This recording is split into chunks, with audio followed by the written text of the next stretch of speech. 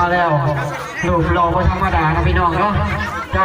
จับไปโดนเคยนั่นนะนี่เป็นผู้ชมผู้งามลูกหล่อเคยก็ดีญาติพี่น้องโดนเข้ากับผู้ชมผู้งามนะพี่น้องเนาะของพวกขอบใจได้เด้ออยู่ดีเมียดอกเนาะสู้ให้มาปีใหม่ให้ร่ำให้ด้วยในลูกไผ่ก็ดีอยู่ดีเมียขอบใจหลายขอบใจหลายมันยืนเด้อแสดงเขาซื้อด้วยญาติพี่น้องเขาเถ่าแก่ในห้องนะครับนี่ขอสู่อยู่สร้างนี่แหละเนาะมาเอาเมียอยู่นี่แหละเนาะลูกสาวเนี่ยนี่พ่อนี่แหละ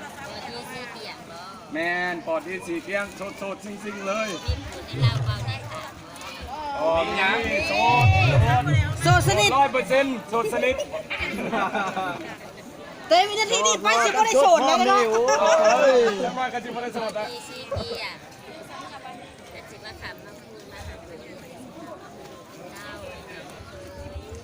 ได้ยังแม่มา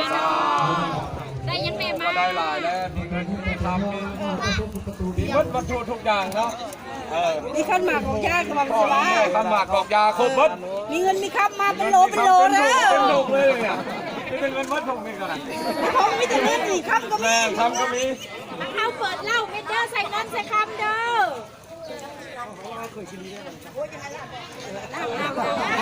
ใส่เบาเลยโอ้ก็ให้สัญญามันก็นอกแล้วคนเลยนอกก็ได้เขากู้แล้ว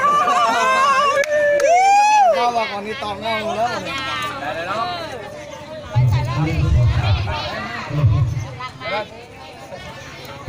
สอง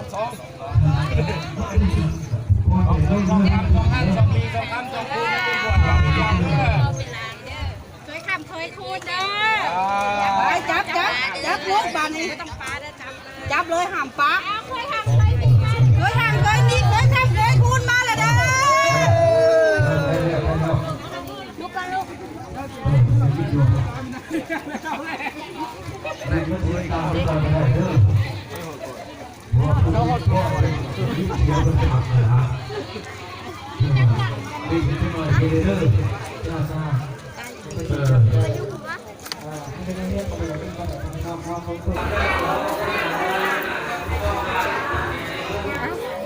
อยู่ในคอร์ด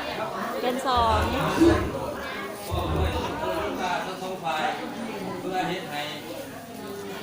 ถูกต้อง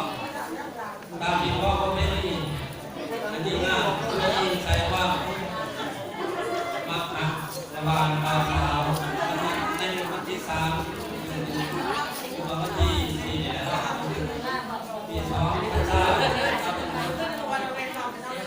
ทุกมา7 เดือนค่ะคุณผู้ใหญ่เนาะคุณยิ่งเอาตัวของแม่โอ้ขอ78 โลหา10 กว่าดีมันรักแล้วน่าจะขอดจะขอดขอดตัวเขาขอดเอานี่เอาดีจัง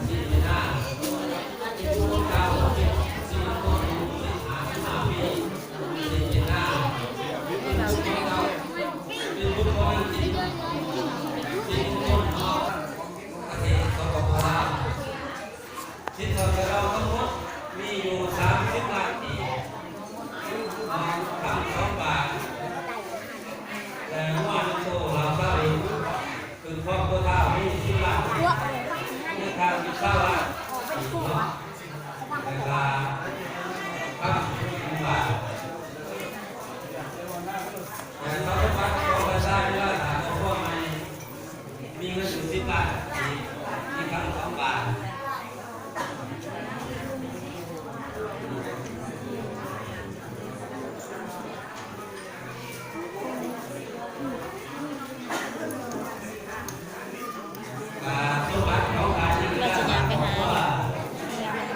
ยังมองหรอไปยืนหันหน้ากระแพงมากเลยย้อนเมื่อไรอยู่ตัวเฮ้ยจังมาจังเมื่อมาสิยางไปหาเห็นแบบมาเลยเนาะ ได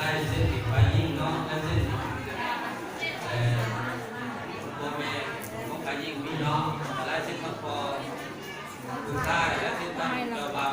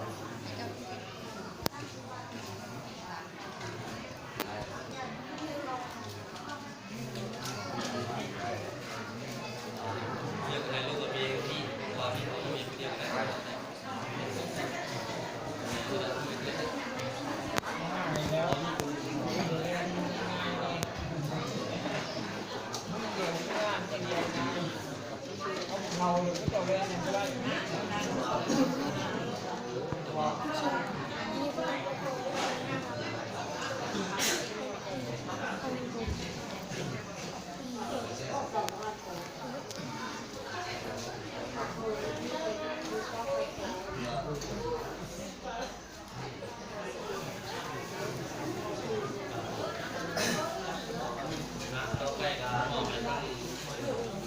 รที่ผมมีดีของเราเนาะก็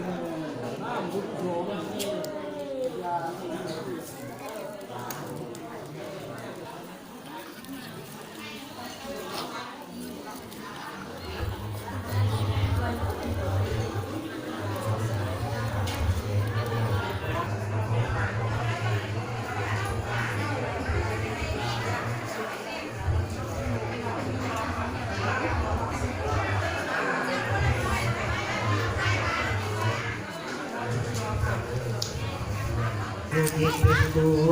จงเป็นหัวแก้วให้ทีมบอกขาเธอ